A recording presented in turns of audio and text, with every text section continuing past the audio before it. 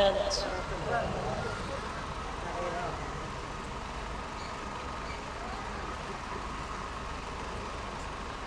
सत्संगी भाइयों बहनों, आदरणीय बुजुर्गों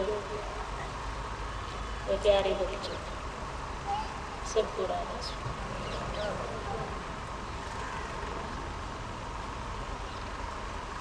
हम सब मालिक की अपार दया और मेहर से यहाँ इकट्ठे हुए हैं।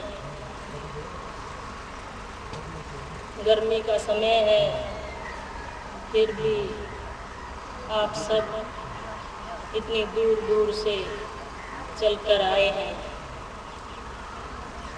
प्रेम में, खुशी में ऐसा ही होता है।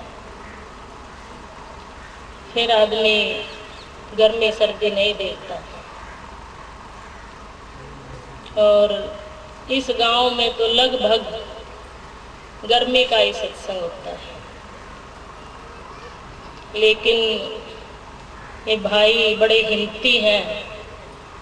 ये कहने लगे जी कोई बात नहीं, हमारे हिस्से में अगर गर्मी का आता है तो वही ठीक है। आप सबको भी गर्मी की वजह से तकलीफ हो तो कोई बात नहीं, सहन कर लेना थोड़ी देर। वैसे तो मौसम ने साथ दिया है और थोड़ी ठंड भी हो गई है।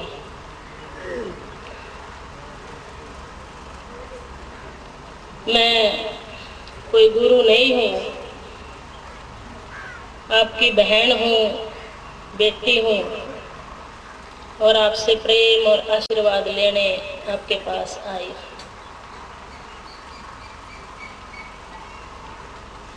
इस गांव में और आसपास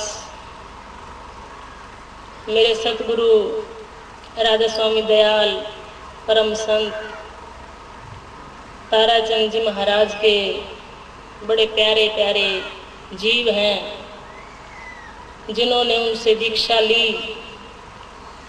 और मैं विश्वास के साथ कह सकती हूँ कि जिसने भी उनकी एक भी बात को व्यवहार में उतार लिया, उसका जीवन बन गया। क्योंकि मेरे खुदा ने ऐसा सच्चा, सुच्चा और ऊंचा रास्ता दिया जिसमें संसार भी बने और अध्यात्म भी बने। वे कहते थे घर में रहो कमा कर खाओ, पर धन पर क्रिया से नेह ना लगाओ। पर क्रिया माता समझो, पर धन धूल समान, इतने में हर ना मिले तो तुलसीदास जनो। मेरे सतगुरु तो सीधा कहते थे कि यदि परमात्मा को पाना चाहते हो तो सबसे पहली सीढ़ी अपने घरों में प्रेम और शांति बनाए रखना। जो मनुष्य अपने घर में सबके साथ प्रेम से नहीं रह सकता, वो इस मार्ग पर भी नहीं चल सकता। जिस घर में सब प्यार प्रेम से रहते हैं, वहाँ सारी खुशियाँ, सारी बरकतें अपने आप आ जाती हैं। और जिस घर में लड़ाई झगड़ा, निंदा, चर्चा, चुगली, कलेश ये रहते हैं, वहाँ सारे दुख और सारी मुसीबतें एक एक करके चली आती हैं। और हर समय जब लड़ाई झगड़े का माहौल रहता है तो विचार इतने मलिन हो जाते हैं कि सपने में फिर वही मलिन विचार भूत और प्रेत बनकर प्रकट हो जाते हैं। और फिर हम उनका इलाज करवाने के प्रयत्न में सेवड़ों और गुज्जागरों के जाल में फंसते चले जाते हैं। और फिर ऐसा परिवार आसानी से उबरने में नहीं आता। केवल सतगुरु की विशेष दया ही हो जाए तो भला हो सकता है, क्योंकि वे हमें इलाज दे देते हैं, युक्ति बता देते हैं। कबीर साहब कहते हैं, कबीर कहे कमाल से दो बातें कर ले, एक साहिब की बंदगी एक भूखे को कुछ दे। बुल्ले शाह कहते हैं, मंदिर ढा दे मस्जिद ढा दे जो भी ढेंदा है, पर दिल किसी दा न ढावी रब दिलां विच रहिंदा है।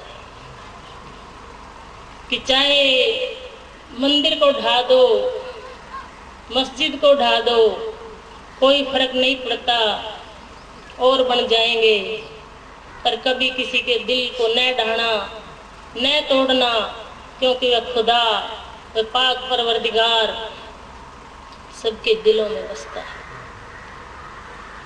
इसलिए सबके साथ प्रेम का व्यवहार करना चाहिए, कभी किसी का दिल नहीं दुखाना चाहिए। एक बार एक फकीर के पास एक आदमी गया और कहने लगा कि मैं परमात्मा की खोज करना चाहता हूँ। फकीर बोला कि परमात्मा की खोज कठिन है, वह तो एक बड़ी छलांग है, इसलिए तुम पहले छोटी छोटी छलांगें भरना शुरू करो, और उसके लिए सबसे पहले तो तुम किसी से प्रेम करो। वह बोला कि मेरा तो किसी से प्रेम ही नहीं हो पाता, मैं तो आज तक यही सोचता रहा कि अपनी पत्नी और बच्चे से कैसे छुटकारा मिले ताकि मैं परमात्मा तक जाऊं, क्योंकि मैं डरता रहा कि कहीं प्रेम बंधन न बन जाए, और इसलिए मैंने कभी किसी की तरफ प्रेम भरी नजर से देखा ही नहीं। फकीर ने कहा कि निश्चित ही प्रेम बंधन बन जाता है अगर भीतर अहंकार हो तो। अगर भीतर अहंकार न हो तो फिर फंसेगा कौन? अगर तुम ही मिट जाओगे तो फिर बंधेगा कौन?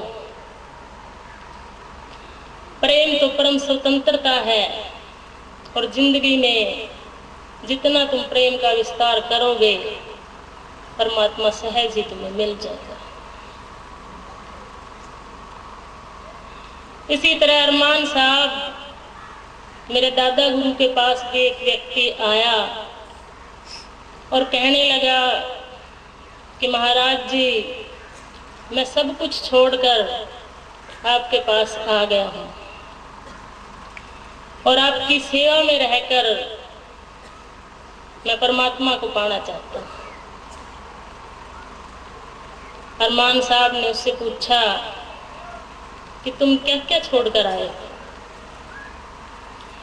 उसने कहा, मैं अपने बूढ़े माँ बाप, अपनी पत्नी, अपने बच्चे सब छोड़कर आपके पास आ गया।